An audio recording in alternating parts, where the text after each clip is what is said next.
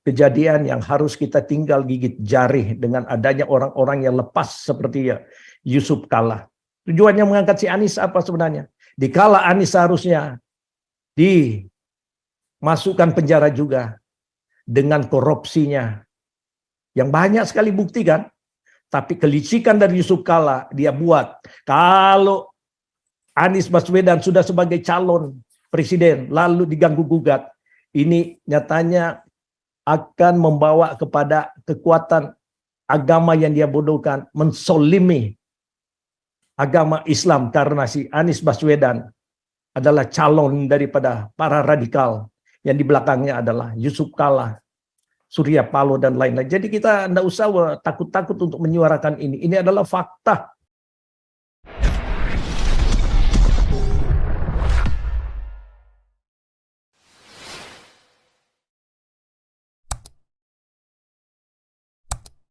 Pak Robert Mawengkang ini. Udah lama nih kita nggak dengarkan suaranya Pak Robert. Mana Pak Robert? Yang co-host kapan saja bisa nyelonong ya. Pak Robert Mawengkang saya jadikan co-host ya. Ya, lanjut. Ya, shalom Itu Pak kawan Pol. mamanya Pak Robert itu, gimana itu? Hitler itu. Wah, ini shalom Pak Pol. Wah, luar biasa ini. Kita udah lama ini nggak ketemu ini meskipun melalui live Zoom. Oke, Pak Pol kelihatan sehat ya. Terima kasih Luar Pak Pol. biasa.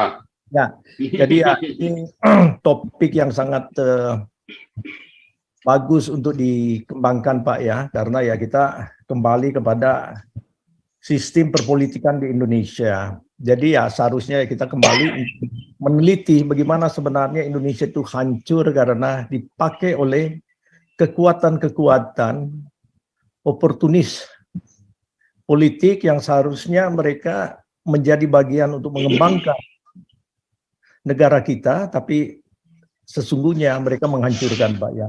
Nah, kita mungkin coba teliti kembali ya. Siapa JK Pak? Memang ini sangat menarik. JK ini memang salah satu ya penggemar Hitler Pak ya. Jadi untuk menunjukkan bagaimana dia simpati dengan Hitler yang membunuh 6 juta orang-orang Yahudi, dia gambarkan juga di dalam cara dia lah, paling tidak kumisnya itu disama-samakan Pak. Dan ini memang tidak bisa kita pungkiri, karena memang gerak-gerik dari Yusuf Kalla dari kecil, dari muda, dia memang sudah menganut aliran yang memang radikal Islam. Jadi tahun 60 sampai tahun 64 Pak, dia sudah berkiprah di dalam ya pemuda Islam Makassar. Dan dari cara-cara itu dia memang berpikir bagaimana cara menguasai Indonesia. Indonesia kan gampang sekali dikuasai dengan ya pengaruh ideologi agama. Untuk membodohkan orang-orang Indonesia itu memang salah satu cara untuk bisa mencapai puncak kedudukan, kekuasaan dan uang itu ya harus disusupi dengan agama. Dan inilah dipakai oleh Yusuf Kalla pada tahun 60 sampai 64 dia sebagai ketua dari ya Pemuda Islam Indonesia atau PII. Kemudian tahun 65 sampai 67 dia sudah mahasiswa di Hasanuddin pada waktu itu, Universitas Hasanuddin. Jadi dia masuk di dalam kekuatan mahasiswa yaitu HMI. Jadi semua yang dia susupi itu yang berbau-bau agama untuk meraih suatu kekuasaan. Nah, dari tahun 67 sampai 69, Yusuf Kalla itu di belakang pembakaran 6 gereja di Makassar. Cuma pada waktu itu kan tidak pernah diekspos. Media belum ada seperti sekarang, dan juga ya sifat-sifat kita orang Indonesia kan takut lah mungkin ya, orang-orang Kristen sendiri yang menyuarakan itu. Jadi di sini sebenarnya tuh kiprah daripada Yusuf Kalla. Yang pertama anti Yahudi, kedua anti Kristen, dan ketiga dia anti Cina dan Amerika. Jadi ini Yusuf Kala otaknya ini luar biasa untuk ingin mengelabuin permainan politiknya, ya dia pakailah agama. Sehingga sampai saat ini kan kita lihat kiprahnya itu masih tetap di dalam gerakan-gerakan meskipun dia tidak duduk dalam jabatan, tetapi dia ketua haji di Indonesia. Dan inilah sebenarnya kelicikan-kelicikan daripada Yusuf Kala dengan meraih, kan kita semua tahulah power and money lah, kekuatan suatu politik itu. Jadi dia sudah mendapatkan itu dari dia mulai dari mudanya itu sebagai dia membentuk kalau saya tidak salah ya NV ya pada waktu itu setara dengan PT. Dia bentuk NV Haji Kala. Nah dari sana dia mulai daripada sebenarnya seperti tambak udang. Terus dengan kekuatannya yang menyusup sudah dikenal masuk di dalam HMI, kemudian pada gerakan Gestapo tahun 65 dengan demo munculnya Kami Kapi tahun 66, di mana ya kesempatan lah bagi mereka yang mempunyai suatu tujuan untuk mencapai posisi-posisi tertentu di Indonesia, ya dia masuk kami, ya menyusup jadi kami. Dan ya kebetulan usaha-usahanya itu cukup berhasil, jadi dengan uang itu dia mulai berkembang sampai pada era reformasi, di mana kekuatannya ya cukup hebat, dan di Indonesia ya uang itu sangat dibutuhkan bagi mereka yang menghendaki suatu jabatan dalam politik. Maka dia ya masuk di dalam kabinetnya Gus Dur ya. Cuman Gus Dur ini orangnya yang cukup cermat dan juga sangat kritis melihat gerakan-gerakan orang-orang yang berbahaya. Ya sempat dia menduduki ya Menteri Perindustrian, tapi dalam beberapa bulan dipecat oleh Gus Dur karena Gus Dur ini seorang yang alert dengan kejadian-kejadian yang ada. Dia meneliti bahwa Yusuf Kala ini membonceng dalam kekuatan. Jadi kita perlu untuk melihat bahwa Yusuf Kala ini harus dia diadili karena pelanggarannya itu terlalu banyak di Indonesia. Dia tidak ingin sebenarnya Pancasila. Pancasila itu dia pakai sebagai suatu kekuatan dikala dia membutuhkan. Ya, itulah manipulasi politik seorang Yusuf Kala. Sehingga sebenarnya dia yang mengusulkan juga dulu Gorontalo ini sebagai provinsi dari di bawah kekuasaan yudikatifnya dari Manado. Tapi karena dia tidak ingin melihat bahwa ya kelompok, karena kebetulan mayoritas di Gorontalo itu ya Islam, ya dia tidak mau dong kalau mereka dibawa suatu kekuasaan daripada seorang mungkin Kristen. Jadi sebenarnya poinnya itu. Sehingga ya usulannya terjadi Gorontalo pisah dengan sendiri. Sedangkan kan kita tahu semua pembagian daripada provinsi adalah letak geografis daripada suatu pulau seperti ya Sulawesi memanjang dari utara ke selatan, ya jadi Sulawesi utara, tengah, dan selatan. Tapi ya bagi Yusuf Kala tidak berlaku itu. Kekuatan uang dia bisa pengaruhi orang-orang yang duduk di dalam perpolitikan di zamannya. Setelah tidak ada seorang Gus Dur ya, jadi semua ini dipermainkan. Itulah Yusuf Kala. Jadi terlalu hitam sebenarnya sejarah Yusuf Kala di dalam keberadaan Indonesia hingga saat ini.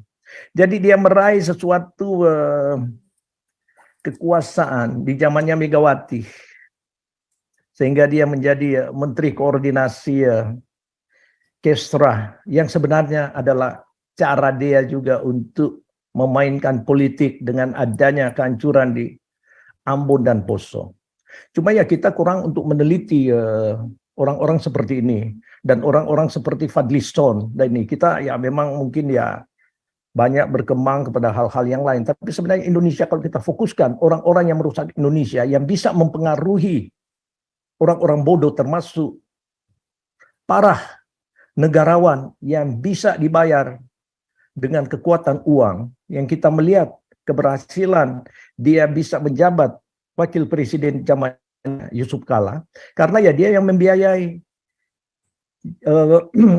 SBY untuk menjadi presiden pada waktu itu. SBY tidak ada modal, Yusuf Kala masuk dengan trik-trik kelicikan dia. Sehingga ya, dia menjadi wakil presiden. Dan satu hal yang paling miris sebenarnya, pada waktu pelantikan kabinet 2004, itu tertunda 4 jam, tidak banyak yang tahu itu Pak. Tapi bisa dikonfirmasikan kepada mereka yang pernah tahu. Kalau mereka dengan jelas untuk menyatakan bahwa itu benar Pak ya. Misalnya sebenarnya SBY mengusulkan Edi Mangindaan sebagai Menteri Dalam Negeri. Karena dari track record dia salah satu tamatan seskuat yang terbaik ya. Rankingnya kan 1 sampai 10. Ya mungkin dia ya keempat atau 3. Cocok. Dan kedua, dia sebagai sekjen dari Partai Demokrat. Sedangkan kita tahu kan di Indonesia itu mengusung seseorang untuk masuk di dalam suatu jabatan-jabatan penting itu ya partailah. Tetapi dengan alotnya Yusuf Kala untuk membendung sehingga gagal, Edi Mangindaan dan bekas gubernur Sulawesi Utara dan sekjen daripada Partai Demokrat saat itu tidak jadi untuk jadi Menteri Dalam Negeri. Dengan alasan ya Indonesia itu tidak boleh memberikan kesempatan seperti orang-orang yang minoritas. Itu kan istilah-istilah mereka. Demikian juga sebenarnya dari zaman juga sebelumnya ya memang dia sudah menghalangi ada orang-orang Kristen yang duduk dalam posisi-posisi penting. Jadi peran-peran ini yang dia lakukan. Cuma ya sering sekali kita tidak mengekspos orang-orang yang seharusnya masuk dalam penjara merusak Indonesia. Demikian kalau masih ada mungkin videonya. Dia pikir Jokowi pada zaman itu tidak akan bisa menjadi presiden. Dia pernah menghina kan waktu ada pertanyaan dari seorang wartawan, bagaimana pandangan daripada Pak Yusuf Kala kalau Jokowi menjadi presiden. Karena dia tidak yakin dengan bahasa gaya Bugisnya itu dia bilang macam apa pula negara kita kalau dipimpin oleh seorang Jokowi. Itu kan suatu penghinaan. Tetapi ya inilah Jokowi juga tidak ada prinsip. Ya mungkin juga Yusuf Kala bayar kepada Mega dengan kekuatan uang. Ini orang itu nggak jadi masalah. Apapun dia korbankan untuk tujuan politiknya. Jadi di sanalah sebenarnya kita harus mengupas orang-orang seperti ini yang menghancurkan Indonesia. Masuk dalam kekuasaan, membentuk suatu oligarki dengan uang yang dia raih di zaman pemerintahannya, di zaman dia sebagai pengusaha, bahkan dia menjadi ketua Golkar dan ini pun kong kali kong, di mana dia akhirnya jadi ketua Golkar karena dia sebagai wakil presidennya dari SBY pada waktu itu. Jadi ya saya senang sekali kalau ada ya topik-topik seperti ini karena kita harus meneliti. Indonesia hancur cuman karena orang-orang sebenarnya mereka tidak banyak, cuma karena mereka tidak pernah diekspos bagaimana pelanggaran-pelanggaran hak asasi manusia yang mereka lakukan terhadap Ambon dan Poso, kemudian pencurian uang-uang rakyat yang sudah dikalah mereka berkuasa masuk di dalam sistem pemerintahan. Kan kita tahulah Kesra itu adalah money machine untuk suatu negara, mensupport mana yang mereka inginkan. Dan itulah Yusuf Kala, membantu para jihad untuk merusak Ambon dan Poso. Kalau tidak ada intervensi daripada Amerika pada saat itu, saya pikir nggak mungkin dapat dipatahkan apa yang diinginkan oleh Yusuf Kala. Sehingga dia deklarasikan kan, seperti Malino Peace, dan seperti ini mendapat kredit di sana. Sebenarnya sebaliknya, dia harus dimasukkan penjara karena dari dia semua yang melakukan ini.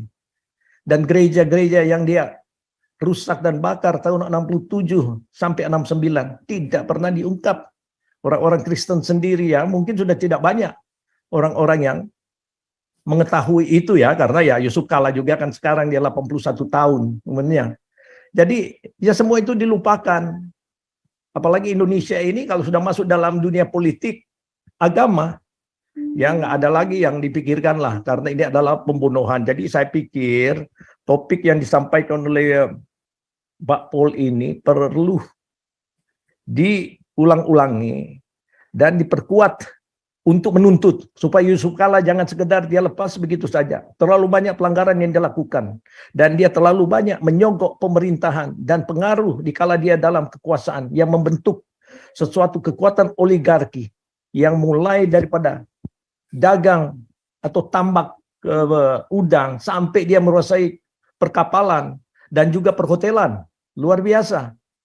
Dan dia bisa menyogok para politisi-politisi yang haus akan kekuatan dan finansial untuk mencalonkan siapa saja yang dia anggap itu bisa menggulingkan Indonesia. Jadi sebenarnya pemerintahan atau penguasa negara harus lebih jeli untuk melihat siapa Yusuf Kala ini. Dengan dia mengangkat Anies Baswedan, ini kan sudah ketahuan arahnya kemana. Orang yang pertama yang mengakui bahwa Taliban, Afghanistan bukan seperti Afghanistan yang dulu. Apa maunya? Dan dia salah satu negosiator dalam hal-hal seperti itu. Pernah ke Afghanistan untuk ini. Apa yang dilakukan untuk mensupport mereka? Yang juga yang menjadi sebenarnya sumber daripada pisahnya juga Aceh, ya pasti ada kekuatan Yusuf Kala di dalamnya. Kita harus teliti. Dan pada waktu bantuan daripada Yahudi dan Amerika Serikat untuk membantu tsunami di Aceh, sebenarnya dia nggak mau. Tapi ya harus. Karena bagaimanapun Indonesia itu tidak punya kekuatan yang begitu hebat. Kapal Amerika Serikat dari Angkatan Laut itu sandar dekat sana yang cuma 30 menit sudah mengirim bantuan di sana. Demikian juga Yahudi yang dia benci sama sekali. Mereka sampai mengecet pesawat mereka tidak ada bendera Israel, dicat putih semua. Sebenarnya cuma karena menangkis kekuatan yang dimasukkan oleh Yusuf Kala kepada para orang-orang bodoh dengan agama supaya Yahudi ini nggak boleh terlibat dalam segala hal. Jadi ini sebenarnya yang sangat miris ya, di Indonesia melupakan orang-orang seperti ini. Kemudian juga dari orang-orang yang pernah menjadi bagian daripada kehancuran Indonesia harus diteliti ya, termasuk ya Amin Rais dan juga para jenderal yang masih ada sampai saat ini. Jadi saya pikir ya mari kita suarakan bersama supaya tahun 2024 tidak menjadi suatu kejadian yang harus kita tinggal gigit jari dengan adanya orang-orang yang lepas seperti ya Yusuf Kala. Tujuannya mengangkat si Anies apa sebenarnya? Dikala Anies seharusnya dimasukkan penjara juga dengan korupsinya yang banyak sekali bukti kan. Tapi kelicikan dari Yusuf Kala dia buat. Kalau Anies Baswedan sudah sebagai calon presiden lalu diganggu-gugat, ini nyatanya akan membawa kepada kekuatan agama yang dia bodohkan, mensolimi agama Islam karena si Anies Baswedan adalah calon daripada para radikal yang di belakangnya adalah Yusuf Kala, Surya Paloh dan lain-lain. Jadi kita tidak usah takut-takut untuk menyuarakan ini. Ini adalah fakta. Coba teliti. Mulai daripada siapa Yusuf Kala, orang Wantambone dari Sulawesi Selatan yang akhirnya menjadi suatu bagian dalam pemerintahan Indonesia yang memakai kekuatan NKRI. Mereka tidak setuju NKRI, tetapi dikala mereka menghendaki suatu politik untuk kekuatan geopolitik yang lebih besar, ya pakai NKRI. Tapi sesungguhnya nggak adalah NKRI dan bagi Yusuf Kala. Dia ingin membentuk negara kekuatan Islam di Indonesia. Jadi ya saya senang sekali Pak Paul ya kita bisa mengulangi lagi karena orang Indonesia itu ya terus terang banyak pengelupa. Tidak Indonesia terlalu banyak melupakan seperti itu. Jadi terima kasihlah kita. Ya, Galarua Pancasila lanjut. Pak Robert selalu standby ya sudah jadi co-host ya. Kapan aja bisa masuk semua yang jadi co-host. Kalau silakan.